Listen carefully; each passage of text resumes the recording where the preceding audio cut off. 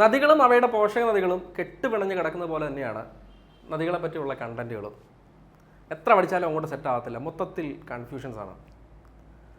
നമുക്ക് ആകെ ഒരു പരിഹാരം എന്ന് പറയുന്നത് ഒരു മാപ്പ് ബേസ് ചെയ്ത് ഇത് പഠിക്കുക എന്നുള്ളത് മാത്രമാണ്. ഒരു മാപ്പ് സ്റ്റഡി നടത്തുക. ഹിമാലയ നദികളെ പറ്റി പഠിക്കുമ്പോഴാണ് കൂടുതൽ ഈ പ്രശ്നം വരുന്നത്. അതിൽ തന്നെ സിന്ധു നദിയും അവയുടെ പോഷക നദികളുമാണ് കൂടുതൽ കുഴപ്പിക്കുന്നതും കൂടുതൽ കണ്ടന്റ് പുസ്തകങ്ങളിലുള്ളതും. ഗംഗാ നദിയുടെയോ ബ്രഹ്മപുത്രയുടെയോ പോഷക നദികളെ പറ്റി ഇത്രയും ഡീറ്റെയിൽ ആയിട്ട് പുസ്തകങ്ങൾ നമുക്ക് പഠിക്കാനില്ല. +1 ടെക്സ്റ്റ് എടുത്താൽ SCRT ടെക്സ്റ്റുകളൊക്കെ എടുത്താലും അതുപോലെ +1 ടെക്സ്റ്റ് എടുത്താലും ഈ സിന്ധു നദിയും അവയുടെ പോഷക നദികളും വളരെ ഡീറ്റെയിൽ ആയിട്ട് പരാമർശിച്ചിട്ടുണ്ട് പുസ്തകങ്ങളിൽ. ഞാനത് ഒന്ന് സിംപ്ലിഫൈ ചെയ്താലോ എന്ന് വിചാരിക്കുകയാണ്. ഒരു മാപ്പ് വെച്ചിട്ട് ഈ ഓരോ നദിയും തുടങ്ങുന്ന പതിക്കുന്ന പ്രദേശങ്ങളൊക്കെ ഒന്ന് മാർക്ക് ചെയ്ത് നിങ്ങളെ കാണിച്ച് ഇന്നത്തെ ക്ലാസ് സിന്ധു നദി സെറ്റാക്കാമെന്ന് വിചാരിക്കുന്നു. പ്രത്യേകിച്ച് സിന്ധുവിൻ്റെ പോഷക നദികൾ തുടങ്ങാം. ഈ ഒരു മാപ്പ് മതി നമുക്കിത് മനസ്സിലാക്കാനായിട്ട്. ഇവിടെ നിന്നുള്ള ഏത് ചോദ്യങ്ങളും, എങ്ങനെ കുഴപ്പിക്കുന്ന ചോദ്യങ്ങളും എഴുതണമെന്നുണ്ടെങ്കിൽ ഈ മാപ്പ് നമ്മുടെ മനസ്സിലുണ്ടായാൽ മതി. ഒരു തവണ ക്ലാസ് കണ്ടു കഴിയുമ്പം ഇത് ഓൾറെഡി നിങ്ങളുടെ മൈൻഡിൽ രജിസ്റ്റേർഡ് ആവും. തുടങ്ങാം നമുക്ക്. സിന്ധു നദിയിൽ നിന്ന് ഞാൻ തുടങ്ങാം, എന്നിട്ട് ഞാൻ സിന്ധുവിൻ്റെ പോഷക നദികളിലേക്ക് വരാം. ഹിമാലയ നദികളിൽ 2 പ്രധാന നദികൾ, മൊത്തം 3 മെയിൻ ഹിമാലയ നദികളുള്ളത്: സിന്ധു, ഗംഗ, ബ്രഹ്മപുത്ര. അതിൽ ഗംഗാ നദി ഒഴികെയുള്ള 2 നദികളും ഉത്ഭവിക്കുന്നത് ടിബറ്റിലാണ്. അത് ഒരു കോമൺ ഫാക്റ്റായിട്ട് അങ്ങ് പഠിച്ചോണം. സിന്ധു, ബ്രഹ്മപുത്ര എന്നീ നദികളുടെ ഉത്ഭവം ഇന്ത്യക്ക് പുറത്ത് ടിബറ്റിലാണ്. ഇനി ഈ 2 നദികളും ഉത്ഭവിക്കുന്നതിന് അടുത്ത് മറ്റൊരു കോമൺ ഫാക്റ്റും കൂടിയുണ്ട്. ഈ 2 നദികളും ഉത്ഭവിക്കുന്നത് കൈലാഷ് നിരകളിലെ മാനസ സരോവർ തടാകത്തിനടുത്തുള്ള ഹിമാനികളിൽ നിന്നാണ്. അതും ഒരു കോമൺ ഫാക്റ്റായിട്ട് പഠിച്ചല്ലോ. സിന്ധു, ബ്രഹ്മപുത്ര എന്നീ നദികൾ ഉത്ഭവിക്കുന്നത് ടിബറ്റിൽ കൈലാഷ് നിരകൾ എന്ന് പറയുന്ന പർവ്വതനിരയുണ്ട്. അതിനോട് ചേർന്ന് മാനസ സരോവർ തടാകമുണ്ട്. അതിൻ്റെ അടുത്ത് 2 പ്രധാന ഹിമാനികളിൽ നിന്നാണ്. സിന്ധു നദി ഉത്ഭവിക്കുന്നത്, എഴുതാൻ ഞാനിവിടെ, ബൊക്കാർച്ചു. സിന്ധു നദി ഉത്ഭവിക്കുന്നത് ബൊക്കാർച്ചു എന്ന ഹിമാനി. ആ ഹിമാനിക്ക് കുറച്ചധികം പ്രാധാന്യമുണ്ട്. എഴുതാം. സിന്ധു നദി ഉത്ഭവിക്കുന്നത് ബൊക്കാർച്ചു. മാറിയില്ലല്ലോ.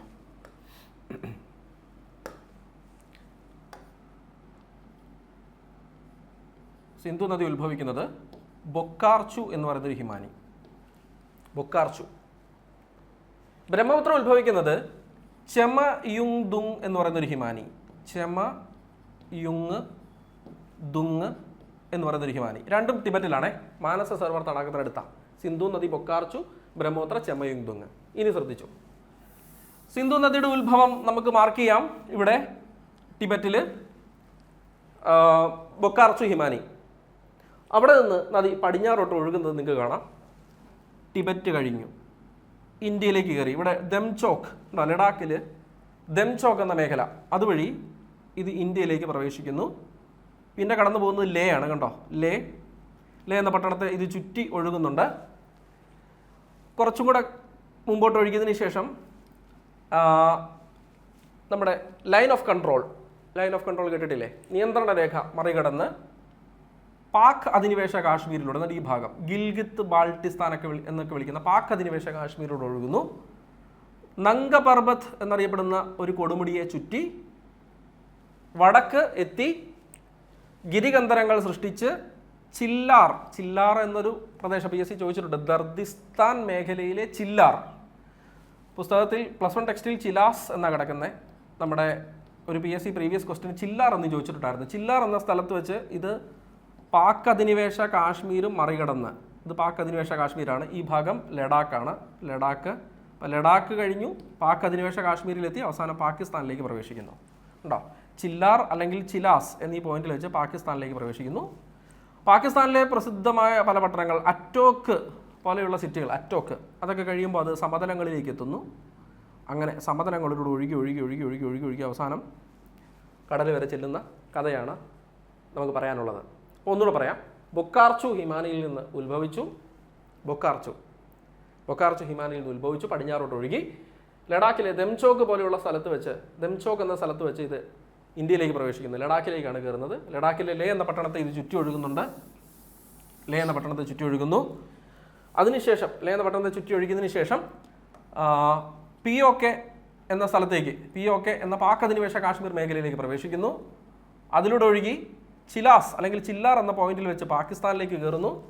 പാകിസ്ഥാനിലൂടെ കുറച്ച് ദൂരം ഒഴുകി പാകിസ്ഥാനിലെ അറ്റോക്ക് എന്ന പട്ടണത്തിന് ശേഷം സമതലങ്ങളിലേക്ക്, പാകിസ്ഥാനിലെ തന്നെ സമതലങ്ങളിലൂടെ ഒഴുകി അവസാനം അങ്ങ് പോകുന്നു, അല്ലെ, കടലിലേക്ക് നീരുന്നു. നദിയിലേക്ക് വന്നു ചേരുന്ന പോഷക നദികളാണ് നമുക്കിവിടെ ഏറ്റവും കൂടുതൽ നമ്മളെ വിഷമിപ്പിക്കുന്നത്, ബുദ്ധിമുട്ടിക്കുന്നത്. സിന്ധു നദിയുടെ ധാരാളം പോഷക നദികളെ പറ്റി നമ്മൾ പഠിക്കാറുണ്ട്.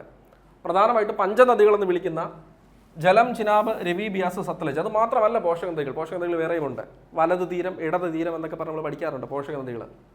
അപ്പോൾ അതിൽ സിന്ധു നദിയുടെ പോഷക നദികൾ ആദ്യം ഒന്ന് പരിചയപ്പെട്ടിട്ട് നമുക്ക് തിരിച്ചു വരാം. സിന്ധു നദിയുടെ പ്രധാനപ്പെട്ട പോഷക നദികൾ നോക്കിക്കൂ. സിന്ധുവിൻ്റെ പോഷക നദികൾ എന്ന് പറയുമ്പോൾ 1 ജലം, ശ്രദ്ധിച്ചോണം. 2 ചിനാബ്, രവി, ബിയാസ്, സത്ലജ്. കഴിഞ്ഞിട്ടില്ല, ഇനിയുണ്ട് സസ്കർ, സുരു. സസ്കർ എന്ന് പറഞ്ഞൊരു പർവ്വതനിര ഉണ്ട്, ഓർത്തോണം, ആ പേരുള്ള നദിയാണ് സസ്കർ. സുരു, ഗിൽഗിത്ത്, ഷോക്ക്, ഹുൻസ, കാബൂള്, ഖുറം, ടോച്ചി, ഗോമൽ, വിഭോവ, ശങ്കർ. ഞാൻ ടെക്സ്റ്റിലുള്ളതേ പറഞ്ഞിട്ടുള്ളൂ. +1 ടെക്സ്റ്റിൽ പ്രതിപാദിച്ചിട്ടുള്ള പോഷക നദികൾ മാത്രമേ പറഞ്ഞിട്ടുള്ളൂ, അത് കൂടുതൽ ഞാൻ പറഞ്ഞിട്ടില്ല. അപ്പോൾ സിന്ധുവിൻ്റെ പോഷക നദികൾ ഇത്രയും പറഞ്ഞു. ഇതിനകത്ത് പഞ്ചനദികൾ എന്ന് വിളിക്കുന്നത് ജലം, ചിനാബ്, രവി, ബിയാസ്, സത്ലജിനെയാണ് പഞ്ചനദികൾ എന്ന് വിളിക്കുന്നത്. ഈ മൊത്തം പോഷക നദികൾക്കകത്തുനിന്ന് പഞ്ചനദികൾ എന്ന് വിളിക്കുന്നത് ജലം, ചിനാബ്, രവി, ബിയാസ്, സത്ലജ് എന്നീ നദികളെയാണ്. ഓക്കെ അല്ലേ? ഇനി ഇതിനെ തന്നെ വലത് തീരമെന്നും ഇടത് തീരമെന്നും തരംതിരിക്കും സിന്ധുവിൻ്റെ പോഷക നദികളെ. അതിനകത്ത് ഇടത് തീരത്തുകൂടി സിന്ധുവിലേക്ക് ചേരുന്നതാണ് ജലം, ചിനാബ്, രവി, ബിയാസ്, സത്ലജ് പഞ്ചനദികളും. ഒപ്പം സസ്കർ, സുരു നദികളും നദിയുടെ ഇടത് ഭാഗത്തുകൂടി നദിയിലേക്ക് ചേരുന്ന നദികളാണ്.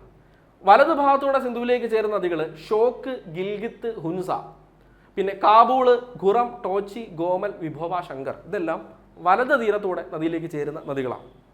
ഇനി കാർഗിൽ മേഖലയിലൂടെ ഒഴുകുന്ന സിന്ധുവിൻ്റെ പോഷക നദി എന്ന് ചോദിച്ചാൽ സുരുവാണ്.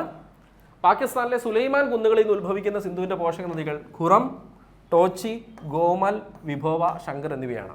അപ്പോൾ നമുക്ക് ഈ പറഞ്ഞ കാര്യങ്ങളൊന്ന് വരച്ച് ശേഷം തിരിച്ചു വരാം. നോക്കിക്കോ. ആദ്യം നമുക്ക് സിന്ധു നദിയുടെ വലത് തീര പോഷക നദികൾ നോക്കാം. വലത് തീര പോഷക നദികൾ കണ്ടുപിടിക്കുന്നത് എങ്ങനെയാണ്? നദി ഒഴുകുന്ന ദിശ ആദ്യം ഇങ്ങനെ മാർക്ക് ചെയ്യണം. നദി ഒഴുകുന്ന ദിശയുടെ വലത് ഭാഗത്തു നദിയിലേക്ക് ചേരുന്ന നദി 1 ഈ നദി, ഇതാണ് ഷോക്ക് നദി, ഷോക്ക്. ഓക്കെ. രണ്ടാമത്തെ ഇവിടെ ഹുൻസ എന്ന് പറയുന്ന നദി, HUNZ എന്ന ഹൻസ എന്നോ ഹുൻസ എന്നോ വായിക്കാം. 3, ഇപ്പം ഇത് 2, ഞാൻ നമ്പർ ഇടുന്നുള്ളേ, നമ്പർ പേര് പറയുവാണ്, 2 എന്നിട്ടിട്ട് ഹുൻസ. 3 ഗിൽഗിത്ത്, നമ്പർ 3 ഗിൽഗിത്ത്. 3 അപ്പോൾ 1 ഷോക്ക് എന്ന് പറയുന്ന നദി, 2 ഹുൻസ എന്ന് പറയുന്ന നദി, 3 ഗിൽഗിത്ത് നദി. ഇത് നദിയുടെ വലതുവശത്തൂടെ ഒഴുകി നദിയിലേക്ക് ചേരുന്ന നദികളല്ലേ. ഇനി ഇങ്ങോട്ട് വരാം. പാകിസ്ഥാനിലെ സുലൈമാൻ കുന്നുകൾ എന്ന് പറയുന്ന ഒരു പർവ്വതനിര ഇവിടെയുണ്ട്. അപ്പം ഇനി ഇവിടെ നിന്ന് സിന്ധുവിലേക്ക് ചേരുന്ന നദികൾ അടുത്തത് 4 ഖുറം, 5 ടോച്ചി, 6 ഗോമൽ, 7 വിഭോവ, 8 ശങ്കർ. അപ്പോൾ ഒന്നുകൂടെ പറയാം. ഷോക്ക്, ഹുൻസ, ഗിൽഗിത്ത് 3 അത് കഴിഞ്ഞാൽ പിന്നെ ഖുറം, ടോച്ചി, ഗോമൽ, വിഭോവ, ശങ്കർ. ഇതെല്ലാം വലത് തീരത്തോടെ നദിയിലേക്ക് ചേരുന്ന നദികളാണ്. എൻ്റെ കൂടെ പറയാമോ? ഷോക്ക്, ഹുൻസ, ഗിൽഗിത്ത്. നമ്മുടെ ഇന്ത്യയിലെ തന്നെ ലഡാക്ക്, POK എന്നീ ഭാഗങ്ങളായിട്ട് വരുന്നതാണ് ഇത് 3. ഓക്കെ. ഷോക്ക്, ഹുൻസ, ഗിൽഗിത്ത്. ഇനിയുള്ളതെല്ലാം സുലൈമാൻ കുന്നുകളിൽ നിന്ന് വരുന്നതാണ്. ഏതൊക്കെയാണ്? ഖുറം, ടോച്ചി, ഗോമൽ, വിഭോവ, ശങ്കർ. പറഞ്ഞു. ഖുറം, ടോച്ചി, ഗോമൽ, വിഭോവ, ശങ്കർ. ഇനി ഒരെണ്ണം തന്നെ ഇവിടെ അഫ്ഗാനിസ്ഥാനിൽ നിന്ന് കാബൂൾ എന്നൊരു നദി ഇങ്ങോട്ട് വരുന്നുണ്ട്. 9 ലാസ്റ്റ് കാബൂൾ. ഹിന്ദുക്കുഷ് മലനിരകളിൽ നിന്ന്, അഫ്ഗാനിസ്ഥാനിലെ ഹിന്ദുക്കുഷ് മലനിരകളിൽ നിന്ന് കാബൂൾ നദി വരുന്നുണ്ട്. അപ്പം 9. ഇങ്ങനെ 9 വലത് തീര പോഷക നദികൾ. ഇനി നമുക്ക് ഇടത് തീര പോഷക നദികൾ പഠിക്കാം. ഇടത് തീര പോഷക നദികൾ പഠിക്കാൻ ആദ്യം പഞ്ചനദികൾ അങ്ങോട്ട് പറയുക. പഞ്ചനദികൾ ഏതൊക്കെയാണ്? പഞ്ചനദികൾ ദേ നോക്ക്. ജലം, ചിനാബ്, രവി, ബിയാസ്, സത്ലജ് 5. ഇത് കൂടാതെ ഏതൊക്കെയുണ്ട്? സുരു, സസ്കർ എന്നീ 2 നദികൾ കൂടിയുണ്ട്. സുരു, സസ്കർ എന്നീ 2 നദികൾ കൂടിയുണ്ട്. എക്സ്ട്രാ പഠിക്കണം. ജലം, ചിനാബ്, രവി, ബിയാസ്, സത്ലജ് കൂടാതെ സുരു, സസ്കർ എന്നീ 2 നദികൾ കൂടി പഠിച്ചാൽ നമ്മുടെ പോഷക നദികൾ വലതു തീരവും ഇടതു തീരവും കൃത്യമായിട്ട് കണക്കാക്കി നമുക്ക് പഠിക്കാൻ പറ്റും, മനസ്സിലാക്കി പഠിക്കാൻ പറ്റും. ഇനി ഓരോ നദിയിലേക്ക് നമുക്ക് പോകാം. ആദ്യം പഞ്ചനദികളാണ് നമുക്ക് കൂടുതൽ പ്രാധാന്യത്തോടെ ടെക്സ്റ്റിൽ പ്രതിപാദിക്കുന്നത്. പഞ്ചനദികളിലേക്ക് നമുക്ക് പോകാം. ഓരോ നദിയിലേക്ക് പോകാം. ജലം, അതിനുശേഷം ചിനാബ്, ബിയാസ്, രവി, സത്ലജ്, ഇങ്ങനെ ഓരോ നദിയിലും അതിൻ്റെ ഡീറ്റെയിൽസിലേക്ക് നമുക്ക് പോകാം. തുടങ്ങാം. ആദ്യമായിട്ട് ജലം നദി. ജലനദിയുടെ ഉത്ഭവം ഇവിടെ കാണിച്ചിട്ടുണ്ട് കൃത്യമായി. നിങ്ങൾക്ക് ഇവിടെ കാണാം. ജമ്മു കാശ്മീർ പീർപ്പാഞ്ചാൽ കുന്നുകളിൽ വെരിനാഗ് എന്ന് പറയുന്ന ഒരു അരുവിയിൽ നിന്നാണ് ജലനദി ഉത്ഭവിക്കുന്നത്. ജലനദി ഒഴുകുന്ന നോക്കിക്കേ, ജമ്മുവിലൂടെ മാത്രമേ ഒഴുകുന്നുള്ളൂ ഇന്ത്യയിൽ. നേരെ അത് എങ്ങോട്ട് പോകുന്നു? ഇന്ത്യ പാകിസ്ഥാൻ അതിർത്തിയിലൂടെ ഒഴുകി നേരെ പാകിസ്ഥാനിലേക്ക് പോകുന്നു. ഇങ്ങനെ ജലനദി ഒഴുകി എവിടെ ചെന്ന് ചേരുന്നു? തൊട്ട് താഴെ ഒരു നദിയുമായിട്ട് കൂടി ചേരുന്നത് കാണിക്കുന്നുണ്ട്. അതാണ് രണ്ടാമത്തെ നദി ചിനാബ്. അപ്പോൾ ചിനാബ് നമുക്ക് തുടങ്ങുന്നത് നോക്കാം. ചിനാബ് ഹിമാചൽ പ്രദേശിൽ ഉത്ഭവിക്കുന്നു. ഇവിടെ താഴെ പേര് എഴുതിയിട്ടുണ്ട് സംസ്ഥാനത്തിൻ്റെ. ഹിമാചൽ പ്രദേശ്, കാശ്മീരല്ല, ഹിമാചൽ പ്രദേശാണ്. ബാരാലാച്ച പാസ്, ബാരാലാച്ച ചുരം വളരെ ഫേമസ് ആണ്. ലഡാക്കിലേക്ക് ഹിമാചൽ പ്രദേശിൽ നിന്ന് പോകാൻ ഉപയോഗിക്കുന്ന ചുരമാണ് ബാരാലാച്ച. ഹിമാചൽ പ്രദേശിലെ ലാഹുൾ താഴ്വരയിൽ നിന്ന് ലഡാക്കിലേക്ക് പോകാൻ വേണ്ടി യാത്ര ചെയ്യാൻ ഉപയോഗിക്കുന്ന ചുരമാണ് ബാരാലാച്ച. അവിടെ നിന്നാണ് ചിനാബ് ഉത്ഭവിക്കുന്നത്. അപ്പോൾ ബാരാലാച്ച ചുരത്തിൽ നിന്ന് ഉത്ഭവിക്കുന്ന ചിനാബ് നദി ഹിമാചൽ പ്രദേശ് കടന്ന് എങ്ങോട്ട് കയറി? കാശ്മീരിലേക്ക്, ജമ്മുവിലേക്ക് കയറി. ജമ്മു കാശ്മീരിലൂടെ ഒഴുകിയതിന് ശേഷം അത് എങ്ങോട്ട് പോയി? നേരെ പാകിസ്ഥാനിലേക്ക് പോയി.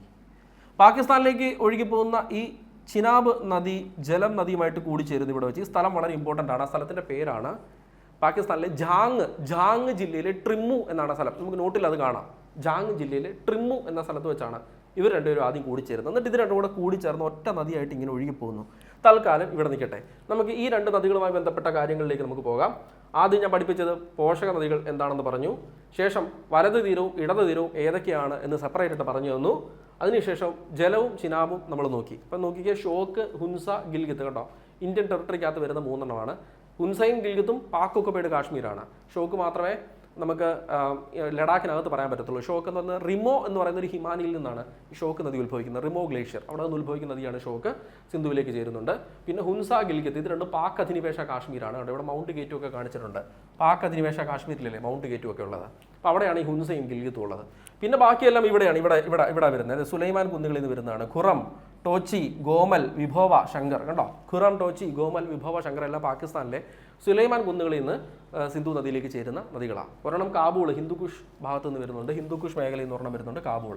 കേട്ടോ, ഇതെല്ലാം നമ്മൾ പറഞ്ഞു. അതിനുശേഷം ജലം നദിയിലേക്ക് നമ്മൾ പോയി. ഇത്രയും കാര്യങ്ങൾ പറഞ്ഞു. 2 നദികളെ പറ്റി പറഞ്ഞു. ഒന്ന് വെരിനാഗ്, പീർപ്പാഞ്ചാൽ കുന്നുകളിലെ വെരിനാഗ് അരുവിയിൽ നിന്ന് ഉത്ഭവിക്കുന്ന ജലവും ബാരാലാച്ച ചുരത്തിൽ നിന്ന് ഉത്ഭവിക്കുന്ന ചിനാബ് നദിയെപ്പറ്റി നമ്മൾ പറഞ്ഞു. രണ്ടുപേരും ഒഴുകുന്നത് നിങ്ങൾ ശ്രദ്ധിച്ചു കാണും. ചിനാബ് ഹിമാചൽ പ്രദേശിലൂടെയും കാശ്മീരിലൂടെയും ഒഴുകുന്നുണ്ട്, ജമ്മുവിലൂടെയും ഒഴുകുന്നുണ്ട്. എന്നാൽ ജലം ജമ്മുവിലൂടെ മാത്രമേ ഒഴുകുന്നുള്ളൂ. കേട്ടോ, ജലം ജമ്മുവിലൂടെ മാത്രമേ ഒഴുകുന്നുള്ളൂ. ചിനാബ് ഹിമാചൽ പ്രദേശിലൂടെയും ജമ്മുവിലൂടെയും ഒഴുകിയാണ് പാകിസ്ഥാനിലേക്ക് പോകുന്നത് എന്നുള്ളതും പറഞ്ഞു. രണ്ടുപേരുടെ കൂടി ചേരുന്ന സ്ഥലം പാകിസ്ഥാനിലെ ജാങ് ജില്ലയിലെ ട്രിമ്മു എന്നൊരു സ്ഥലമാണ് എന്നും പറഞ്ഞു. ഇനി നമുക്ക് ഓരോ നദിയെപ്പറ്റിയുള്ള ഡീറ്റെയിൽസിലേക്ക് പോയതിനു ശേഷം നമുക്ക് തിരിച്ചു വരാം. അപ്പോൾ ജലം നദിയുടെ ഉത്ഭവം ജമ്മുവിലെ വെരിനാഗ് അരുവി, പീർപ്പാഞ്ചാൽ നിരകളിലാണ് ഈ വെരിനാഗ് അരുവി. പീർപ്പാഞ്ചാൽ നിര വളരെ ഫേമസ് ആണ്, അറിയാമല്ലോ. പീർപ്പാഞ്ചാൽ എന്ന് പറയുന്ന ഒരു നിര നമുക്ക് ഉണ്ട്. അത് ഹിമാലയത്തിലെ 2ാമത്തെ നിര. ഹിമാചൽ നിര ജമ്മുവിൽ അറിയപ്പെടുന്ന പേരാണ്, പ്രാദേശികമായിട്ടുള്ള പേരാണ് പീർപ്പാഞ്ചൽ. ഇങ്ങനെ ഒരു പർവ്വത നിരയുണ്ട്. എവിടെയാണ്? ജമ്മു കാശ്മീരിൽ. ഹിമാലയത്തിലെ 2ാമത്തെ നിരയില്ലേ, ഹിമാചൽ നിര, ലെസർ ഹിമാലയം എന്ന് വിളിക്കുന്ന ഹിമാചൽ നിര, കാശ്മീർ അറിയപ്പെടുന്ന പ്രാദേശികമായിട്ടുള്ള പേരാണ് പീർപ്പാഞ്ചാൽ. അത് കുറച്ച് ഭാഗം, പീർപ്പാഞ്ചാലിൻ്റെ കുറച്ച് ഭാഗം ഹിമാചൽ പ്രദേശിലേക്കും വ്യാപിക്കുന്നുണ്ട്. വളരെ ഫേമസ് ആണ് പീർപ്പാഞ്ചാൽ. ഈ പീർപ്പാഞ്ചാൽ നിര തുരന്നാണ് ഇന്ത്യയിലെ ഏറ്റവും വലിയ റോഡ് തുരങ്കം ചെനാനി നഷ്രി തുരങ്കം. ഇന്ത്യയിലെ ഏറ്റവും വലിയ റോഡ് തുരങ്കമാണ് ചെനാനി നഷ്രി തുരങ്കം. ശ്യാമപ്രസാദ് മുഖർജി ടണൽ നിർമ്മിച്ചത് ഈ പർവ്വതനിര തുരന്നാണ്, മുറിച്ചാണ്. ഇന്ത്യയിലെ ഏറ്റവും വലിയ നീളമുള്ള, ഇപ്പം നിലവിൽ നീളത്തിലുള്ള ഏറ്റവും നീളമുള്ള റെയിൽവേ ടണൽ ഏതാണ്? ബെനിഹൽ ഖ്വാസികുണ്ട് റെയിൽവേ ടണലും നിർമ്മിച്ചിരിക്കുന്നത് പീർപ്പാഞ്ചാൽ നിര തുരന്നാണ്. വളരെ ഫേമസ് ആണ് പീർപ്പാഞ്ചാൽ നിര, ഓർക്കണം. ഇനി മറ്റൊരു പ്രധാനപ്പെട്ട പ്രത്യേകത പീർപ്പാഞ്ചാൽ നിരയോട് ചേർന്നാണ് അല്ലെങ്കിൽ പീർപ്പാഞ്ചാൽ നിരയ്ക്കും ഹിമാദ്രി നിരയ്ക്കും ഇടയ്ക്കാണ്, അത് ഈ ഭാഗമാണ് കാശ്മീർ വാലി. കണ്ടോ, കാശ്മീർ താഴ്വരയിലൂടെ ജലനദി അപ്പോൾ ഒഴുകുന്നത്. കണ്ടോ, കാശ്മീർ താഴ്വരയിലൂടെയല്ലേ ജലനദി ഒഴുകുന്നത് എന്ന് നിങ്ങൾ കണ്ടില്ലേ? കാശ്മീർ താഴ്വരയിലൂടെയാണ് ജലനദി ഒഴുകുന്നതും കണ്ടില്ലേ? കാശ്മീർ താഴ്വരയിലൂടെയാണ്. കണ്ടോ, കാശ്മീർ താഴ്വരയിലൂടെ ജലനദി ഒഴുകുന്നത്. അപ്പോൾ പീർപ്പാഞ്ചാൽ നിര, ഇത് പീർപ്പാഞ്ചാൽ, ഇത് ഹിമാദ്രി, അത് രണ്ടിനും ഇടയ്ക്കാണ് ഈ കാശ്മീർ താഴ്വര. കാശ്മീർ താഴ്വരയിലാണ്. ഇവിടെ ശ്രീനഗർ കാണിച്ചിട്ടുണ്ട്, മാറ്റി കാണിക്കാം. ഉണ്ടോ, ശ്രീനഗർ പട്ടണം കാശ്മീർ താഴ്വരയിലാണ്. ഉണ്ടോ, ഇത് പീർപ്പാഞ്ചാലാണ്, ഓർക്കണം. പീർപ്പാഞ്ചാലിനും ഹിമാദ്രിക്കും ഇടയിലാണ് കാശ്മീർ താഴ്വര. കാശ്മീർ താഴ്വരയിലാണ് ശ്രീനഗർ. കാശ്മീർ താഴ്വരയിലാണ് ഫേമസ് ആയിട്ടുള്ള വൂളാർ തടാകം. വൂളാർ തടാകത്തിലേക്ക് ഒഴുകിയെത്തുന്ന നദിയാണ് ജലം. വൂളാർ തടാകത്തിലേക്ക് ഒഴുകിയെത്തുന്ന നദിയാണ് ജലം. കണ്ടോ, കൃത്യമായിട്ട് വരച്ച് കാണിക്കുന്നത് മനസ്സിലാക്കാൻ വേണ്ടിയാണ്. ഇന്ത്യയിലെ ഏറ്റവും വലിയ ശുദ്ധജല തടാകമാണ് വൂളാർ തടാകം. വലിയ തടാകം ചിൽക്കയാണ്, ഇന്ത്യയിലെ ഏറ്റവും വലിയ തടാകം ചിലിക്കയാണ്. ഏറ്റവും വലിയ ശുദ്ധജല തടാകമാണ് ഊളാർ. കണ്ടില്ലേ, ജമ്മുവിലാണ്. ദാൽ തടാകം ഇവിടെ തന്നെയാണ്, കാശ്മീർ താഴ്വരയിൽ തന്നെയാണ് ദാൽ തടാകവും സ്ഥിതി ചെയ്യുന്നത്. ദാൽ തടാകം, ഫേമസ് ആയിട്ടുള്ള ദാൽ തടാകം. ഓക്കെ, അപ്പോൾ പീർപ്പാഞ്ചാലിൻ്റെ പ്രത്യേകത ഞാൻ പറഞ്ഞു തന്നു. ജോഗ്രഫി ഇങ്ങനെയാണ്, എനിക്ക് ഒന്ന് പറഞ്ഞാൽ ഇങ്ങനെ ബാക്കി പറഞ്ഞ് പോകാൻ തോന്നുന്നു. ഇത് കണക്റ്റഡ്, ഇങ്ങനെ ക്ലാസ് അങ്ങ് നീണ്ടു, അതുകൊണ്ട് ഞാൻ നിർത്തുക. അപ്പോൾ ഉത്ഭവം ജമ്മുവിലെ വെരുനാഗ് അരുവിയിലാണ് കേട്ടോ, അവിടെ നിന്നാണ് ഉത്ഭവിക്കുന്നത്. ഇന്ത്യയിലൂടെ ഒഴുകുന്നത് ജമ്മുവിലൂടെ മാത്രമാണ്. അത് കഴിഞ്ഞാൽ പിന്നെ പാകിസ്ഥാനിലേക്കാണ് നദി പോകുന്നത്. ഇന്ത്യ പാകിസ്ഥാൻ അതിർത്തിയിലൂടെ കുറച്ച് ദൂരം ഒഴുകുന്നുണ്ട് കേട്ടോ. ഇന്ത്യ പാകിസ്ഥാൻ അതിർത്തി തന്നെ ഇവിടെ, ഇന്ത്യ പാകിസ്ഥാൻ അതിർത്തിയിലൂടെ കുറച്ച് ദൂരം ഒഴുകുന്നുണ്ട്. വരയ്ക്കുന്നത് കാണാൻ പറ്റുന്നുണ്ടോ? ഇന്ത്യ പാകിസ്ഥാൻ അതിർത്തിയിലൂടെ കുറച്ച് ദൂരം നദി ഒഴുകുന്നുണ്ട് കണ്ടോ. ഇനി അടുത്തത് ഊളാർ തടാകത്തിലേക്ക് ഒഴുകിയെത്തുന്ന നദി ഞാൻ പറഞ്ഞു കഴിഞ്ഞു. ഊളാർ തടാകത്തിലേക്ക് ഒഴുകിയെത്തുന്ന നദി, ഊളാർ തടാകം എവിടെയാ? കാശ്മീർ വാലിയിലാണ്. അപ്പോൾ എവിടെയാ കാശ്മീർ വാലി എന്ന് ഒന്നുകൂടെ കണ്ടാലോ? കാശ്മീർ താഴ്വര എവിടാ? പീർപ്പാഞ്ചാൽ നിരകൾക്കും ഹിമാദ്രി നിരയ്ക്കും ഇടയ്ക്കാണ് കാശ്മീർ താഴ്വര. അതിൻ്റെ ഇത്രയും ഭാഗമാണ്, ഇതാണ് കാശ്മീർ താഴ്വര. സഞ്ചാരികളുടെ പർദീസ എന്നറിയപ്പെടുന്ന താഴ്വര. ശ്രീനഗർ പട്ടണം സ്ഥിതി ചെയ്യുന്ന താഴ്വര. ഊളാർ തടാകം സ്ഥിതി ചെയ്യുന്ന താഴ്വര. കരേവ മണ്ണിനം സ്ഥിതി കാണപ്പെടുന്ന താഴ്വര. കുങ്കുമ കൃഷിക്ക് അനുയോജ്യമായിട്ടുള്ള കരേവ മണ്ണിനം കാണപ്പെടുന്ന മേഖല കാശ്മീർ വാലി. ഉണ്ടോ? എന്തൊക്കെ പ്രത്യേകതകളുണ്ട് കാശ്മീർ വാലിക്ക്? ഇന്ത്യയിലെ തന്നെ പ്രസിദ്ധമായ പല സുഖവാസ കേന്ദ്രങ്ങളും കാശ്മീർ വാലിയിലാണ്. ഇന്ത്യയിലെ തന്നെ വളരെ ഫേമസ് ആയിട്ടുള്ള സുഖവാസ കേന്ദ്രങ്ങൾ കാശ്മീർ വാലിയിലുണ്ട്. ഗുൽമർഗ്, സോനമർഗ് പോലെയുള്ള പ്രദേശങ്ങൾ കാശ്മീർ വാലിയോട് ചേർന്ന് അതിൻ്റെ അടുത്തോട്ട് ചേർന്ന് കാണപ്പെടുന്നു. അപ്പോൾ അങ്ങനെ ഒത്തിരി സവിശേഷതകൾ കാശ്മീർ വാലിക്കുണ്ട്. കാശ്മീർ വാലി പീർപ്പാഞ്ചാലിനും നമ്മുടെ ഹിമാദ്രി നിരകൾക്കും ഇടയിലായിട്ട് കാണപ്പെടുന്നു എന്ന് പറഞ്ഞു. ഊളാർ തടാകവും ദാൽ തടാകവും ഒക്കെ കാശ്മീർ വാലിയിലാണെന്ന് പറഞ്ഞു. ക്ലിയർ? ഇനി പാകിസ്ഥാനിലെ ജാങ് ജില്ലയിലെ ട്രിമ്മു എന്ന സ്ഥലത്ത് വെച്ച് ഇവർ രണ്ടുപേരും കൂടിച്ചേരുന്നു. ആരൊക്കെ? ജലം ചിനാബുമായിട്ട് കൂടിച്ചേരുന്നു. അത് ഞാൻ വരച്ച് കാണിച്ചു. ഒന്നുകൂടെ കാണിക്കാം, നോക്കിക്കോ. എവിടെയാണ്? ഇതാണ് നമ്മുടെ ജലം നദി ഇങ്ങനെ ഒഴുകി ഇവിടം വരെ എത്തി. ഇനി ഇതാണ് നമ്മുടെ ചിനാബ് നദി ഹിമാചൽ പ്രദേശും ജമ്മുവും കടന്ന് പാകിസ്ഥാനിലെത്തി. പാകിസ്ഥാനിലെ ജാങ് ജില്ലയിലെ ട്രിമ്മു എന്ന സ്ഥലത്ത് വെച്ച് രണ്ടുപേരും കൂടി ചേർന്ന് ഒറ്റ നദിയായിട്ട് പിന്നെ താഴേക്ക് ഒഴുകുന്നു. ഉണ്ടോ? അവിടെ വരെ ഞാൻ പറഞ്ഞു നിർത്തിയത്. ഇനി ജലനദിയുമായി ബന്ധപ്പെട്ട് കുറച്ച് കാര്യങ്ങളൂടെ. ഹിഡാസ്പസ് യുദ്ധം നടന്നത്, ഹൈഡാസ്പസ് എഴുതുന്നത് ഇങ്ങനെയാണ്, HYDASPES. ഹിഡാസ്പസ് അല്ലെങ്കിൽ ഹൈഡാസ്പസ് യുദ്ധം നടന്നത് ജലനദിയുടെ തീരത്താണ്. അലക്സാണ്ടറും സിന്ധ് മേഖലയുടെ രാജാവായ പോറസ് രാജാവും തമ്മിൽ BC 326 നടന്ന യുദ്ധമാണ് ഹൈഡാസ്പസ് യുദ്ധം. ഇനി ജലം നദിയുടെ പഴയ പേരാണ് വിതാസ്ത. ഹിഡാസ്പസ്, ഗ്രീക്കിൽ ഹിഡാസ്പസ് എന്നറിയപ്പെടുന്ന നദിയാണ് നമ്മുടെ ജലനദി. സംസ്കൃത ഭാഷയിൽ വിതാസ്ത എന്നറിയപ്പെടുന്ന നദിയാണ് ജലനദി. വലിയ പോഷക നദി, ജലനദിയുടെ ഏറ്റവും വലിയ പോഷക നദി കിഷൻ ഗംഗ എന്നൊരു നദിയാണ്. കിഷൻ ഗംഗ ജലനദിയുടെ വലിയൊരു പോഷക നദിയാണ് കിഷൻ ഗംഗ. ജലം നദീ തീരത്തുള്ള പട്ടണങ്ങളാണ് ശ്രീനഗർ, പുൽവാമ, ബാരാമുള്ള. സ്ട്രാറ്റജിക് ലൊക്കേഷൻസ് ആണ് ഇന്ത്യയിലെ. നമുക്ക് വലിയ സങ്കടങ്ങൾ നേരിട്ടുള്ള പ്രദേശങ്ങളാണ് പുൽവാമയും ബാരാമുള്ളയൊക്കെ. നമുക്ക് എതിരെ ആക്രമണങ്ങൾ ഉണ്ടായിട്ടുള്ള മേഖലകളാണ് പുൽവാമയും ബാരാമുള്ളയൊക്കെ, അല്ലേ? അപ്പോൾ ഇതെല്ലാം എവിടെയാണ് വരുന്നത്? ജലം നദിയുടെ തീരത്ത് വരുന്ന പ്രധാന പട്ടണങ്ങളാണ്. PSC ഒത്തിരി തവണ ചോദിച്ചിട്ടുള്ള ചോദ്യമാണ്. ജലം നദിയിലെ പ്രസിദ്ധമായ ജലവൈദ്യുത പദ്ധതിയാണ് ഉറി ജലവൈദ്യുത പദ്ധതി. വളരെ ഫേമസ് ആണ്, ഫിലിമൊക്കെ വന്നിട്ടില്ലേ? അപ്പോൾ ഉറി ജലവൈദ്യുത പദ്ധതി എവിടെയാണ്? ജലനദിയുടെ തീരത്താണ്. ജലം ഊറി കുടിക്കുക എന്ന കോഡ് വെച്ചിട്ടാണ് അന്നും ഇന്നും എന്നും ഞാനിത് പഠിപ്പിക്കുന്നത്, ഓർക്കാനുള്ള എളുപ്പത്തിന് വേണ്ടി. 2018 സെക്രട്ടേറിയറ്റ് അസിസ്റ്റന്റ് പരീക്ഷ ഉൾപ്പെടെ ഇത് ചോദിച്ചിട്ടുണ്ടായിരുന്നു. ഒരു 5-6 വർഷങ്ങൾക്ക് മുമ്പ് നടന്ന സെക്രട്ടേറിയറ്റ് അസിസ്റ്റന്റ് ഡിഗ്രി ലെവൽ പരീക്ഷ ഉൾപ്പെടെ, അതിനുശേഷം നടന്ന പല പരീക്ഷകളിൽ ഇത് ചോദിച്ചിട്ടുണ്ട്. ഓക്കെ, കൃത്യമായിട്ട് ഓർക്കുക. ജലം നദിയിലെ ജലവൈദ്യുത പദ്ധതിയാണ് ഏത്? ഉറി. കിഷൻ ജലം ഊറി കുടിച്ചു എന്ന് അങ്ങനെ ഒരു കോഡ് വെച്ച് പഠിപ്പിക്കുന്നതിൻ്റെ റീസൺ കിഷൻ ഗംഗ ഓർക്കാൻ വേണ്ടിയാണ്. കിഷൻ ഗംഗ നദിയിൽ ഒരു അണക്കെട്ടുണ്ട്, അതാണ് കിഷൻ ഗംഗ കേട്ടോ. കിഷൻ ഗംഗ നദിയിൽ ഒരു അണക്കെട്ടുണ്ട്, കിഷൻ ഗംഗ അണക്കെട്ടുണ്ട്.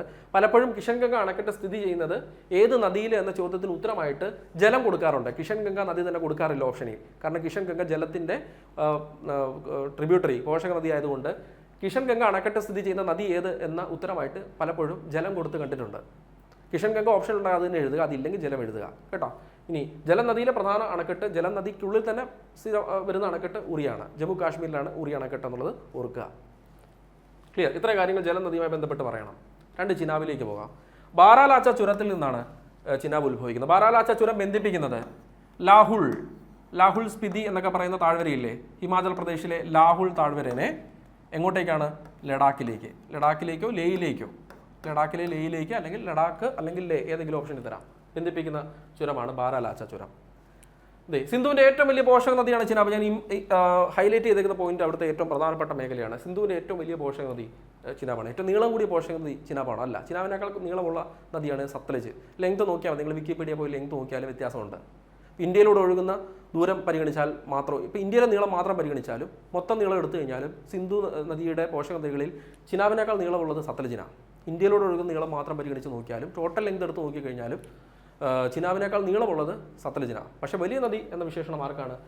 ചിനാബിനാണ്. കാരണം ജലം, രവി പോലെയുള്ള നദികളൊക്കെ ഇതിലേക്കാണ് ഇങ്ങനെ കൂടിച്ചേർന്ന് അതൊരു വലിയ നദിയായി മാറുന്നുണ്ട്. വൃഷ്ടിപ്രദേശം കൂടുതലാണ് ചിനാബിന്, നദീതട വിസ്തൃതി കൂടുതലാണ്. ഞാൻ പറഞ്ഞല്ലോ, ഒരു നദി വലുതാണോ തീരുമാനിക്കുന്നത് അതിൻ്റെ നീളം അടിസ്ഥാനത്തിലല്ല. അങ്ങനെയെങ്കിൽ ലോകത്തിലെ ഏറ്റവും വലിയ നദി നൈൽ എന്ന് പറയേണ്ടി വന്നേനെ.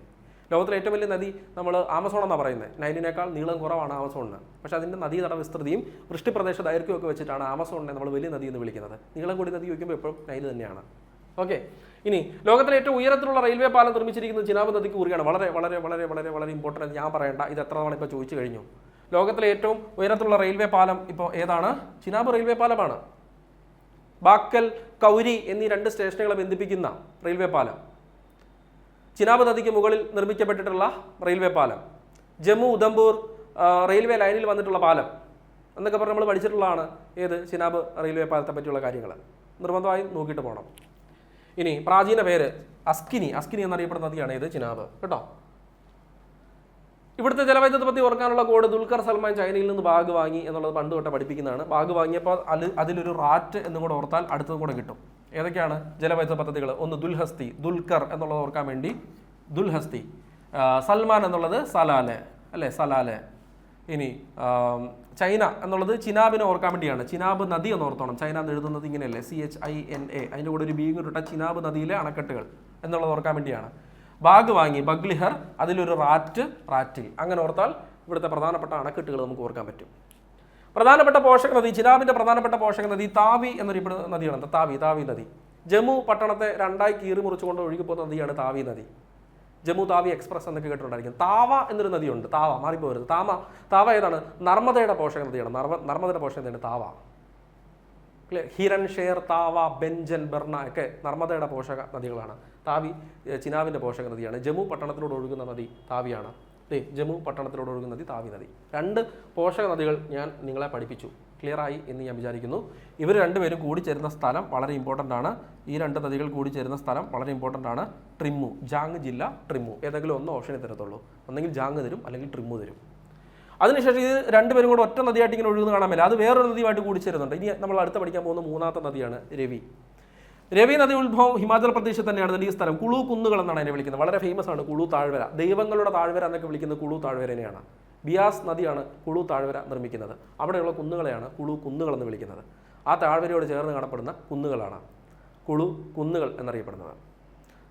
കൃത്യമായി പറയുവാണെങ്കിൽ ദൗലധർ എന്നറിയപ്പെടുന്ന പർവ്വത മേഖലയുണ്ട്. ആ പർവ്വത മേഖലയിൽ കുളു കുന്നുകൾ എന്നറിയപ്പെടുന്ന ഭാഗമുണ്ട്. അവിടെ നിന്നാണ് രവി നദി ഉത്ഭവിക്കുന്നത്. നേരെ അത് ഒഴുകി വരുന്നു. ഹിമാചൽ പ്രദേശിൽ നിന്ന് നേരെ ഇനി രവി തൊട്ട് കാശ്മീരിലേക്ക് കയറുന്നില്ല. ചിനാബ് എങ്ങോട്ട് പോയി? കാശ്മീരിലേക്ക് പോയായിരുന്നു. ജലം ഒഴുകുന്ന ഇതിലൂടെയാ, ജമ്മുവിലൂടെയാ. ഇനി രവി നദി തൊട്ട് കാശ്മീരിലേക്ക് പ്രവേശിക്കുന്നില്ല. ഹിമാചൽ പ്രദേശിൽ നിന്ന് അത് നേരത്തെ പഞ്ചാബിലേക്കാണ് പോകുന്നത്. കണ്ടോ, പഞ്ചാബിലേക്ക് പോയിട്ട് പഞ്ചാബിൻ്റെയും ഇന്ത്യയുടെയും പാകിസ്ഥാൻ്റെ അതിർത്തി പഞ്ചാബിലൂടെ കേട്ടോ ഒഴുകുന്നു. പഞ്ചാബിൽ ഇന്ത്യയുടെയും പാകിസ്ഥാൻ്റെ അതിർത്തിയായി അത് മാറുന്നു. പിന്നെ പാകിസ്ഥാനിലേക്ക് പോകുന്നു. ഇങ്ങനെ പാകിസ്ഥാനിലൂടെ കുറേ ദൂരം ഒഴുകി ഇവിടെ വെച്ച് ഇത് കണ്ടോ, ജലവും ചിനാബും കൂടെ ഒന്നിച്ച് വരുന്ന നദി കണ്ടോ, അതിലേക്ക് രവിയും കൂടെ ചേരുന്നു. ഈ സ്ഥലത്തിൻ്റെ പേര് പാകിസ്ഥാനിലെ സരായ് സിദ്ധു എന്ന മേഖലയാണ്. സരായ് സിദ്ധു എന്ന മേഖലയിൽ വെച്ചിട്ട് രവി നദി ജലവും ചിനാബും കൂടെ ഒന്നിച്ച് വരുന്ന നദിയിലേക്ക് രവി ചേരുന്നു. വേണമെങ്കിൽ നമുക്ക് ചിനാബിലേക്ക് ചേരുന്നു എന്നും പറയാം. പല ബുക്കിലും ചിനാബിലേക്ക് രവി ചേരുന്നു എന്നാണ് പറയുന്നത്. ശരിക്കും ജലവും ചിനാബും ഒന്നിച്ച് വരുന്ന നദിയല്ലേ അത്. പക്ഷേ വലിയ നദി ചിനാബ് ആയതുകൊണ്ട്, അതിനകത്ത് മെയിൻ സ്ട്രീം ചിനാബ് ആയതുകൊണ്ട് ചിനാബിലേക്ക് രവി ചേരുന്നു എന്നും പറയാറുണ്ട്. കൂടുതലും പുസ്തകങ്ങളിൽ അങ്ങനെ കണ്ടേക്കുന്നത്. ആ സ്ഥലത്തിൻ്റെ പേര് സരായ് സിദ്ധു. അപ്പോൾ രവി നദിയുടെ ഉത്ഭവം കുളു കുന്നുകൾ ഹിമാചൽ പ്രദേശിൽ നിന്ന് പഞ്ചാബിലേക്ക് ഇന്ത്യ പാകിസ്ഥാൻ അതിർത്തിയിലൂടെ ഒഴുകി നേരെ എങ്ങോട്ട് പോകുന്നു? പാകിസ്ഥാനിലേക്ക് പോകുന്നു. പാകിസ്ഥാനിൽ അത് കുറച്ച് ദൂരം ഒഴുകിയതിന് ശേഷം സരായ് സിദ്ധു എന്ന സ്ഥലത്ത് വെച്ച് ചിനാബിലേക്കോ അല്ലെങ്കിൽ ജലവും ചിനാബും ഒന്നിച്ച് വരുന്ന നദിയിലേക്കോ അത് ചേരുന്നു എന്നുള്ളത് ഓർത്ത് വെക്കുക, പഠിക്കുക. ഓക്കെ അല്ലേ? ചിനാബിൻ്റെ ഡീറ്റെയിൽസിലേക്ക് പോകാം, രവിയുടെ ഡീറ്റെയിൽസിലേക്ക് പോകാം. ഹിമാചൽ പ്രദേശിലെ കുളു കുന്നുകളിൽ ഉത്ഭവിക്കുന്ന പറഞ്ഞു. കുളു താഴ്വര വളരെ ഫേമസ് ആണ്. ദൈവങ്ങളുടെ താഴ്വര എന്നറിയപ്പെടുന്നു. കുളു താഴ്വരയിലൂടെ ഒഴുകുന്ന നദി ബിയാസ് ആണ്. രവി എന്ന് ഞാൻ പറഞ്ഞായിരുന്നോ? ഇല്ലല്ലോ. കുളു താഴ്വരയിലൂടെ ഒഴുകുന്ന നദി, ഇതിന് തൊട്ട് താഴെയുള്ള നദിയാണ് ബിയാസ്. മാറിപ്പോരുത്. കുളു താഴ്വരയിലൂടെ ഒഴുകുന്ന നദി ബിയാസ് ആണ്. കുളു കുന്നുകളിൽ നിന്ന് ഉത്ഭവിക്കുന്ന നദി രവിയാണ്, തിരിഞ്ഞു പോകരുത്. കുളു കുന്നുകളിൽ ഉത്ഭവിക്കുന്ന നദി രവിയും കുളു താഴ്വരയിലൂടെ ഒഴുകുന്ന നദി ബിയാസും. കുളു താഴ്വര രൂപപ്പെടുത്തിയ നദി എന്ന് ചോദിച്ചാലും ബിയാസ്. ബിയാസ് നദിയുടെ അപരദന പ്രവൃത്തി വഴി രൂപം കൊണ്ട താഴ്വര എന്ന് ചോദിച്ചാൽ അത് കുളു താഴ്വരയാണ്. ദൈവങ്ങളുടെ താഴ്വര എന്ന് വിളിക്കുന്ന കുളു താഴ്വര. സഞ്ചാരികളുടെ പരദീസ എന്നറിയപ്പെടുന്ന കാശ്മീർ താഴ്വര, ശ്രീനഗർ കാശ്മീർ താഴ്വരയിലാണ്. ഊളാർ തടാകം കാശ്മീർ താഴ്വരയിലാണ്, ഇന്ത്യയിലെ ഏറ്റവും വലിയ ശുദ്ധജല തടാകം. ദാൽ തടാകം കാശ്മീർ താഴ്വരയിലാണ്. ക്ലിയർ അല്ലേ? കരേവ മണ്ണിനം കാണപ്പെടുന്നത്, കുങ്കുമപ്പൂവിൻ്റെ കൃഷിക്ക് അനുയോജ്യമായിട്ടുള്ള കരേവ മണ്ണിനം കാണപ്പെടുന്ന കാശ്മീർ താഴ്വരയിലാണ്. നോക്കി, ഇത്ര കാര്യങ്ങൾ കാശ്മീർ താഴ്വരയെ പറ്റി പറയും. ഇത് കുളു താഴ്വര, കുളു കുന്ന്, രണ്ടാണ്. ഹിമാചൽ പ്രദേശ് കഴിഞ്ഞാൽ പിന്നെ നേരെ പഞ്ചാബിലേക്കാണ് പോകുന്നത്. പഞ്ചാബിലൂടെ ഒഴുകിയതിന് ശേഷം ഇന്ത്യ പാകിസ്ഥാൻ അതിർത്തിയിലൂടെ ഒഴുകിയതിന് ശേഷം പാകിസ്ഥാനിലേക്ക് ഒഴുകി പോകുന്ന നദിയാണ് രവി. പാകിസ്ഥാനിലെ സരായ് സിദ്ധു എന്ന സ്ഥലത്ത് വെച്ച് ഇവർ ചിനാബുമായിട്ട് ചേരുന്നു. ചിനാബ് എന്ന് പറയാൻ കാര്യം പല ബുക്കിലും ചിനാബുമായി ചേരുന്നു എന്ന് എഴുതിയേക്കുന്നത്. അത് അങ്ങനെ തന്നെ പഠിക്കുന്നത് നല്ലത്. കാരണം ചിനാബാണ്, ജലവും ചിനാബും കൂടെ ചേർന്ന് വരുന്ന നദിയാണ്. പക്ഷേ ചിനാബാണ് മെയിൻ സ്ട്രീം എന്നുള്ള അർത്ഥത്തിൽ ചിനാബിലേക്ക് ചേരുന്നു എന്ന് പഠിക്കുക. ലാഹോറിൻ്റെ നദി എന്നറിയപ്പെടുന്നത് എന്തുകൊണ്ടാണ്? പാകിസ്ഥാനിലെ ലാഹോർ എന്ന പട്ടണത്തിലൂടെ ഒഴുകി പോകുന്ന നദി രവിയാണ്, ലാഹോറിൻ്റെ നദി. Upper Bari Doab canal, previous question ആണ്, നിങ്ങൾ കണ്ടിട്ടുണ്ടാവാൻ സാധ്യതയില്ല. അപ്പർ ബാരിഡോബ് കനാൽ സ്ഥാപിച്ചിരിക്കുന്നത് രവി നദിയിൽ നിന്നാണ്. രവി നദിയിൽ നിന്ന് നിർമ്മിച്ചിട്ടുള്ള കനാലാണ് upper Bari Doab canal. Upper Bari Doab canal. ഇനി പ്രാചീന പേര് നോക്കിക്കേ, പരുഷ്ണി, ഐരാവതി. പരുഷ്ണി രണ്ടിനകത്ത് ഒരു രാ ഉള്ളതുകൊണ്ട് നമുക്ക് ഓർക്കാൻ എളുപ്പമാണ്. പരുഷ്ണി, ഐരാവതി രവിയുടെ പഴയ പേരാണ്. ഓർക്കണം, ചമ്പ താഴ്വരയിലൂടെ ഒഴുകുന്ന നദി ചമ്പലല്ല, ചമ്പ താഴ്വര, മാറിപ്പോകരുത്. ചമ്പൽ താഴ്വര അല്ല, ചമ്പൽ താഴ്വര വേറെ, മധ്യപ്രദേശ് നമ്മുടെ ചമ്പൽ നദി ഒഴുകുന്ന മേഖല അത് വേറെ. ഇത് ചമ്പ താഴ്വര, ചമ്പ താഴ്വരയിലൂടെ ഒഴുകുന്ന നദി രവിയാണ്. ജഹാംഗീർ, നൂർജഹാൻ എന്നിവരുടെ ശവകുടീരങ്ങൾ സ്ഥിതി ചെയ്യുന്ന നദീതീരം രവി നദിയാണ്. ഒത്തിരി തവണ ചോദിച്ചിട്ടുണ്ട്, ഒത്തിരി തവണ പ്രീവിയസ്ലി ഫ്രീക്വൻ്റ് ആയിട്ട് ചോദിച്ചിട്ടുള്ള ചോദ്യമാണ്. പ്രധാനപ്പെട്ട നഗരങ്ങൾ ചോദിക്കുമ്പോൾ പത്താൻകോട്ട്, ലാഹോർ, ഓൾറെഡി ലാഹോർ പറഞ്ഞിട്ടുണ്ടായിരുന്നു. പത്താൻകോട്ട് ഓർക്കുക പഞ്ചാബിൽ, പിന്നെ ലാഹോർ, ഒരെണ്ണം കൂടെ പാകിസ്ഥാനിൽ ഹാരപ്പ, പാകിസ്ഥാനിലാണ് ഹാരപ്പ.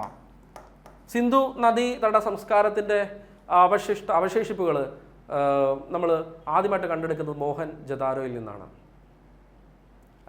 ആദ്യമായിട്ട് കണ്ടെടുക്കുന്ന ഹാരപ്പയിൽ നിന്നാണ്. സിന്ധു നദീതട സംസ്കാരത്തിൻ്റെ അവശേഷിപ്പുകൾ ആദ്യമായിട്ട് കണ്ടെടുക്കുന്നത് ഇവിടുന്ന് ഹാരപ്പയിൽ നിന്ന്. അതുകൊണ്ടാണ് ഈ സംസ്കാരത്തെ ഹാരപ്പൻ സിവിലൈസേഷൻ എന്ന് വിളിക്കുന്നത്. കൃത്യം ഈ ഹാരപ്പ എന്ന ഭാഗം ഇന്ന് സ്ഥിതി ചെയ്യുന്നത് എവിടെയാണ്? രവി നദിയുടെ തീരത്താണ്, അല്ലേ? ഹാരപ്പയ്ക്ക് ശേഷം സിന്ധു നദീതട സംസ്കാരത്തിൻ്റെ അവശേഷിപ്പുകൾ കണ്ടെത്തിയത് മോഹൻജദാരോയിൽ നിന്ന്. മോഹൻജദാരോ കൃത്യം സിന്ധു നദിയുടെ തീരത്ത് തന്നെയാണ്. മോഹൻജദാരോ എന്ന പ്ലേസ് കൃത്യം സിന്ധു നദിയോട് ചേർന്നാണ്. പക്ഷേ ഹാരപ്പ എന്ന പ്ലേസ് രവി നദിയോട് ചേർന്നാണ്. ഹാരപ്പ ഓർക്കുക കേട്ടോ. സിന്ധു നദീതട സംസ്കാരത്തിൻ്റെ അവശേഷിപ്പുകൾ ആദ്യമായിട്ട് എക്സ്കവേറ്റ് ചെയ്ത് കണ്ടെത്തുന്നത് ഹാരപ്പയിൽ നിന്നാണ്. അതുകൊണ്ടാണ് സിന്ധു നദീതട സംസ്കാരത്തെ ഹാരപ്പൻ സിവിലൈസേഷൻ എന്നും കൂടി വിളിക്കുന്നത് കേട്ടോ. ഹാരപ്പ രവി നദിയുടെ തീരത്താണ്. ഇനി ജലവൈദ്യുത പദ്ധതി ഓർക്കാൻ എളുപ്പമാണ്.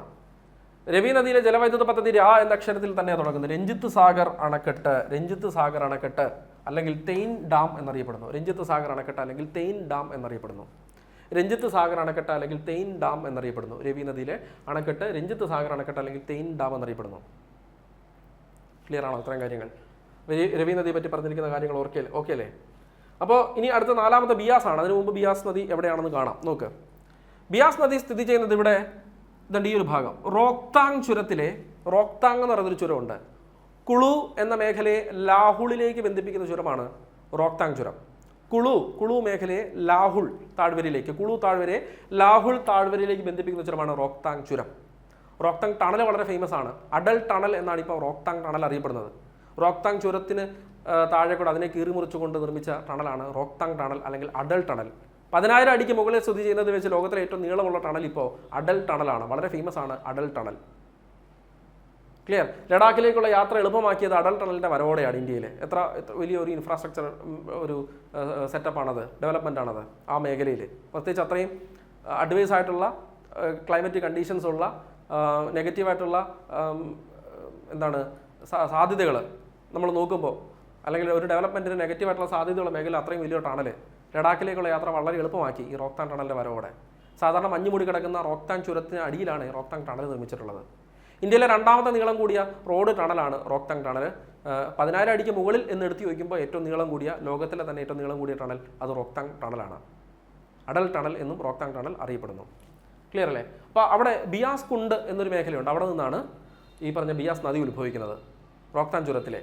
അപ്പോൾ അതിങ്ങനെ ഒഴുകി വരുവാണ്. അപ്പോൾ ബാരാലാച്ച ചുരത്തിൽ ഉത്ഭവിക്കുന്നത് ചിനാബ്, റോക്താങ് ചുരത്തിൽ ഉത്ഭവിക്കുന്നത് ബിയാസ്.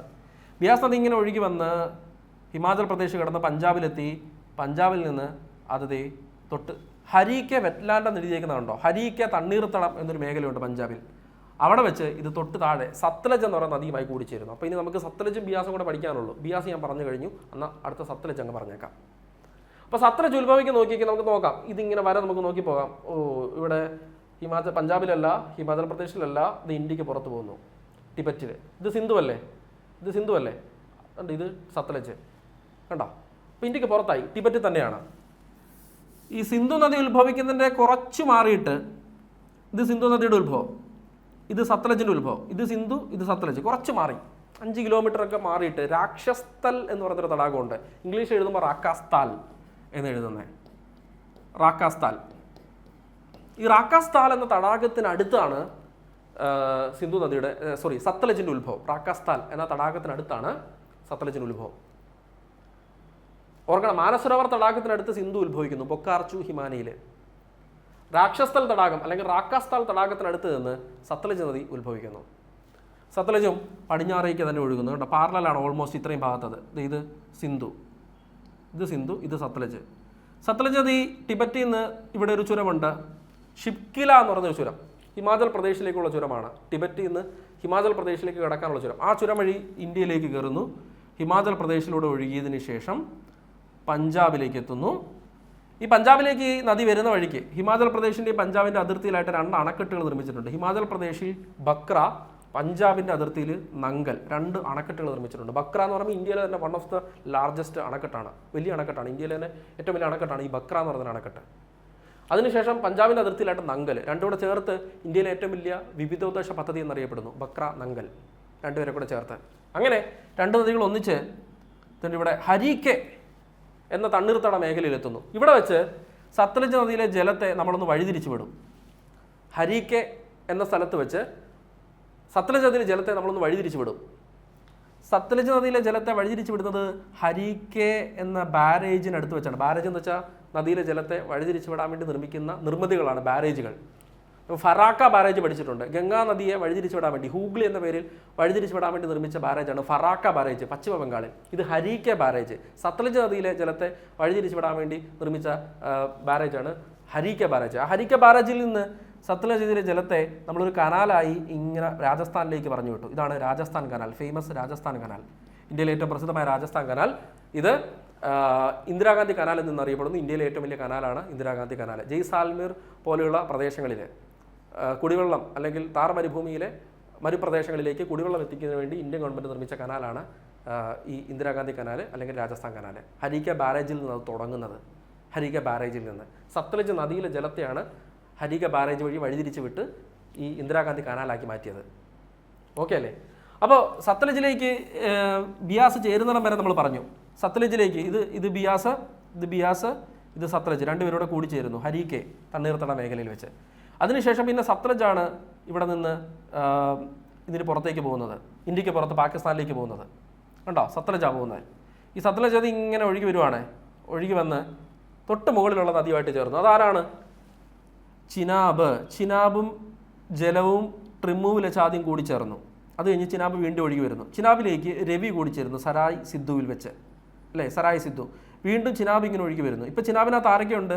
ജലമുണ്ട്, ചിനാബിനകത്ത് രവിയുണ്ട്. ആ ചിനാബ് ആരുമായിട്ട് കൂടി ചേർന്നു? സത്ലജുമായിട്ട് കൂടി ചേർന്ന്, അല്ലേ? സത്ലജുമായിട്ട് കൂടി ചേർന്നു. ഉണ്ടോ? അത് സത്ലജുമായിട്ട് കൂടി ചേർന്നു. സത്ലജിനകത്ത് ആരുണ്ട്? ഓൾറെഡി ബിയാസ് നദി ഓൾറെഡി ഇന്ത്യക്കകത്ത് വെച്ച് തന്നെ ബിയാസ് നദി സത്ലജിലേക്ക് കൂടി ചേർന്നിട്ടുണ്ട്. ബിയാസ് ഇത്രേ ഉള്ളൂ, ഇന്ത്യക്ക് പുറത്തോട്ട് പോകുന്നില്ല. ഉണ്ടോ? ബിയാസ് നദി ചെറിയ നദിയാണ്, ഏറ്റവും ചെറിയ നദിയാണ് സിന്ധുവിൻ്റെ ബിയാസ്. അപ്പോൾ ഓൾറെഡി സത്ലജിനകത്ത് ബിയാസ് ഉണ്ട്, അല്ലേ? ജലത്തിനകത്ത് ആരുണ്ട്? ജലവും രവിയുണ്ട്, എല്ലാവരും കൂടി ചേർന്നു. പഞ്ചനദ് എന്നാണ് ഈ കൂടിച്ചേരൽ മേഖല അറിയപ്പെടുന്നത്. ആ കൂടിച്ചേരൽ മേഖല അറിയപ്പെടുന്നത് പഞ്ചനദ് എന്നാണ്. എന്നിട്ട് ഇതെല്ലാം കൂടെ ഒന്നിച്ച് സിന്ധുവിലേക്ക് വന്ന് കൂടി ചേർന്നു കേട്ടോ. ഈ 5 നദികൾ കൂടി ഒന്നിച്ച് സിന്ധുവിലേക്ക് വന്ന് കൂടി ചേർന്നു. അതാണ് മിത്താൻകോട്ട്. ആ സ്ഥലമാണ് മിത്താൻകോട്ട്. വളരെ വളരെ വളരെ വളരെ ഇമ്പോർട്ടൻ്റ് ആണ് മിത്താൻകോട്ട്. കണ്ടില്ലേ? ഇത്രയേ ഉള്ളൂ ഇതൊക്കെ. ഈ മാപ്പ് നോക്കിക്കഴിഞ്ഞാൽ സംഭവം സിമ്പിളാണ്. ബിയാസിൻ്റെ കാര്യങ്ങളിലേക്ക് നമുക്ക് പോകാം. ബിയാസ് ഉത്ഭവം ഹിമാചൽ പ്രദേശിലെ റോക്താങ്. ഞാൻ പറഞ്ഞു ചുരത്തിൻ്റെ പ്രത്യേകത. റോക്താങ് ടണലിൻ്റെ കാര്യം പറഞ്ഞു. റോക്താങ് ചുരം ബന്ധിപ്പിക്കുന്നത് കുളു താഴ്വരനെ ലാഹുൽ താഴ്വരയിലേക്ക്, കുളുവിനെ ലാഹുളിലേക്ക്, ബാരാലാച്ച ലാഹുളിനെ ലഡാക്കിലേക്ക് ബന്ധിപ്പിക്കുന്നത് പറഞ്ഞില്ലേ? ഉദാഹരണത്തിന് ഇത് ഹിമാചൽ പ്രദേശാണ് എന്ന് വിചാരിക്കുക, ഇത് ലഡാക്കാണ് എന്ന് വിചാരിക്കുക, ഇത് കുളു ആണ്, ഇത് ലാഹുളാണ്, ഇത് ലേ ആണ്. കുളുവിൽ നിന്ന് കെ ഇടാം, ലാഹുളിലേക്ക് പോകാൻ വേണ്ടി ഉപയോഗിക്കുന്ന ചുരം ഇത് റോക്താങ്. ലാഹുളിൽ നിന്ന് ലേയിലേക്ക് അല്ലെങ്കിൽ ലഡാക്കിലേക്ക് പോകാൻ വേണ്ടി ഉപയോഗിക്കുന്ന ചുരം ബാരാലാച്ച. അത്രേ ഉള്ളൂ.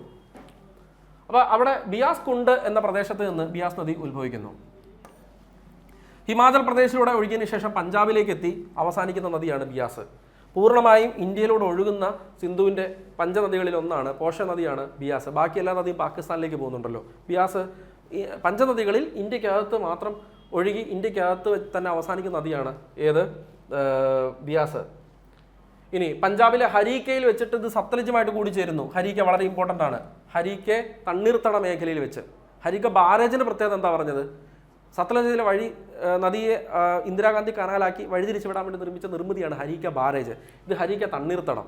ഹരീക്ക തണ്ണീർത്തടത്തിൽ വെച്ച് ബിയാസ് സത്ലജുമായിട്ട് കൂടിച്ചേരുന്നു. ഓർക്കുക, സിന്ധുവിൻ്റെ ഏറ്റവും ചെറിയ പോഷക നദിയാണ് ബിയാസ്. പ്രാചീന പേര് നോക്കിക്കേ, വിപാസ അർജിക്കുജ എന്നൊക്കെ വിളിക്കുന്നത് ബിയാസിനെയാണ്. വിപാസ അർജിക്കുജ. കുളു താഴ്വരയിലൂടെ ഒഴുകുന്ന നദിയാണ് ബിയാസ്. കുളു കുന്നുകളിൽ നിന്ന് ഉത്ഭവിക്കുന്ന നദി രവിയാണ്. കുളു താഴ്വരയിലൂടെ ഒഴുകുന്ന നദി ബിയാസാണ്. കുളു താഴ്വര നിർമ്മിക്കുന്ന നദി ബിയാസാണ് എന്നൊക്കെ ചോദിച്ചാൽ പറഞ്ഞോണം കേട്ടോ. ബിയാസ് കുളു താഴ്വര ദൈവങ്ങളുടെ താഴ്വര എന്ന് വിളിക്കുന്നു. സഞ്ചാരികളുടെ പർദീസ കാശ്മീർ താഴ്വര. ജലവൈദ്യുത പദ്ധതി ഓർക്കാൻ എളുപ്പം. മഹാറാണ പ്രതാപ് സാഗർ അണക്കെട്ട്, അതിൻ്റെ മറ്റൊരു പേരാണ് പോങ് അണക്കെട്ട്. ബിയാസ് നദിയിലെ അണക്കെട്ടാണ് മഹാറാണ പ്രതാപ് സാഗർ അണക്കെട്ട്. മഹാറാണ പ്രതാപ് സാഗർ അണക്കെട്ട് ബിയാസ് നദിയിലാണ്, അല്ലെങ്കിൽ പോങ് അണക്കെട്ട്. ഈ മഹാ വെട്ടിക്കഴിഞ്ഞാൽ റാണ പ്രതാപ് സാഗർ അണക്കെട്ട് വരും. അത് ചമ്പൽ നദിയിലാണ്, വേറെ നദിയാണ്. റാണ പ്രതാപ് സാഗർ ചമ്പൽ നദിയിലാണ്. മഹാറാണ പ്രതാപ് സാഗർ അണക്കെട്ടിനെയാണ് പോങ് അണക്കെട്ട് എന്ന് വിളിക്കുന്നത്. ബിയാസ് നദിയിൽ എന്തിട്ടാലും പൊങ്ങിക്കിടക്കും. പോങ് അണക്കെട്ട് ഓർക്കാനുള്ള കോഡാണ് കേട്ടോ. അത് വെച്ചിട്ട് അത് ഓർക്കാം. അവസാനം സത്ലജിലേക്ക് നമ്മൾ പോകുന്നു. ലാസ്റ്റ് പോർഷനാണ്. നദി ഈ ടോപ്പിക്ക് തീരുവാണ്. സത്ലജ് നദി ഉത്ഭവം ഞാൻ ഓൾറെഡി പറഞ്ഞു. രാക്ഷസ്ഥൽ അല്ലെങ്കിൽ റാക്കാസ്താൽ എന്നൊക്കെ വിളിക്കുന്ന ടിബറ്റിലെ ഒരു പ്രദേശം. ഇതിനകത്ത് ഏറ്റവും വലിയൊരു അത്ഭുതം ഞാൻ പറഞ്ഞുതരാം. സിന്ധു നദി ഉത്ഭവിക്കുന്നത് മാനസ സരോവർ തടാകത്തിനോട് ചേർന്നാന്ന് പറഞ്ഞില്ലേ. മാനസ സരോവർ ഒരു ശുദ്ധജല തടാകമാണ് ടിബറ്റിലെ. രാക്ഷസ്ഥലിനോട് ചേർന്നാണ്, രാക്ഷസ്ഥലിൽ നിന്ന് എന്ന് പറയാൻ പറ്റത്തില്ല, രാക്ഷസ്ഥൽ തടാകത്തോട് ചേർന്നുള്ള ഹിമാലയിൽ നിന്നാണ് സത്ലജ് നദി ഉത്ഭവിക്കുന്നത്. ഹിമാലയുടെ പേരൊന്നും പ്രതിപാദിക്കുന്നില്ല ഇവിടെ. പക്ഷേ ഈ രാക്ഷസ്ഥൽ ഒരു ലവണജല തടാകമാണ്. 5 കിലോമീറ്റർ വ്യത്യാസത്തിലുള്ള ഒരു ശുദ്ധജല തടാകവും ഒരു ലവണജല തടാകവും പഠിച്ചില്ലേ. ഐതിഹ്യം പറയുന്നത് ദേവന്മാരുടെ തടാകം രാക്ഷസല്ലും രാക്ഷസന്മാരുടെ തടാകം രാക്ഷസ്ഥല്ലും. രാക്ഷസന്മാർ കുളിക്കാൻ വന്ന തടാകമാണ് രാക്ഷസല്ല്. അത് ലവണജല തടാകമാണ്. അത് ആരും ആ തടാകം ഒരു മറ്റേത് ഒരു എന്താണ് ഡിവൈൻ ഹോളി മേഖലയാണ് മാനസ സരോവർ. ഇതങ്ങനെയല്ല. അതിനടുത്ത് നിന്നാണ് സത്ലജ് നദി ഉത്ഭവിക്കുന്നത്. ടിബറ്റിലൂടെ ഒഴുകുന്ന നദി ഷിപ്കില ചുരം വഴി, ഇതാണ് ഷിപ്കില ചുരം, അതിലെ ഹിമാചൽ പ്രദേശ് ഇന്ത്യയിലേക്ക് കിടക്കുന്നു. അവിടെ നിന്ന് പഞ്ചാബിലേക്ക് കിടക്കുന്നു. പഞ്ചാബിൽ വെച്ചിട്ട് ആ നദിയിലേക്ക് ബിയാസ് വന്ന് ജോയിൻ ചെയ്യുന്നു. ശേഷം ഇവർ രണ്ടുപേരോട് ഇങ്ങനെ ഒഴുകിപ്പോയി പാകിസ്ഥാനിലെത്തുന്നു. പാകിസ്ഥാനിൽ അത് കുറേ ദൂരം ഒഴുകിയതിന് ശേഷം ചിനാബിലേക്ക് ചേരുന്നു. ഈ ചിനാബിനകത്ത് ഇപ്പോൾ ഓൾറെഡി ആരുണ്ട്? ചിനാബിലേക്ക് ചേരുന്നു എന്ന് പറയുമ്പോൾ ചിനാബിനകത്ത് ആരൊക്കെ ഓൾറെഡി ചേർന്നു നേരത്തെ? ജലം ഇവിടെ വെച്ച് ചേർന്നു ചിനാബിലേക്ക്, രവി തന്നെ ഇവിടെ വെച്ച് ചിനാബിലേക്ക് ചേർന്നു. അവർ രണ്ടുപേരും ഉണ്ട്. ഇനി സത്ലജിലേക്ക് ചേർന്ന് പറയുമ്പോൾ ഇതിനകത്ത് സത്ലജിനകത്ത് ഓൾറെഡി ബിയാസ് ഉണ്ട്. അപ്പോൾ 5 നദികളുടെ സംഗമം ഇവിടെ നടന്നില്ലേ അല്ലേ? പഞ്ചനദ് എന്നാണ് വിളിക്കുന്നത്. പിന്നെ അവരെല്ലാം കൂടെ ഒന്നിച്ചൊറ്റ നദിയായിട്ടാണ് സിന്ധുവിലേക്ക് ചേരുന്നത്. അല്ലാതെ ഓരോ നദിയും സിന്ധുവിലേക്ക് പോയി സെപ്പറേറ്റ് ജോയിൻ ചെയ്യുമല്ല. ആദ്യം ഇവരെല്ലാം കൂടെ അങ്ങ് ജോയിൻ ചെയ്തു.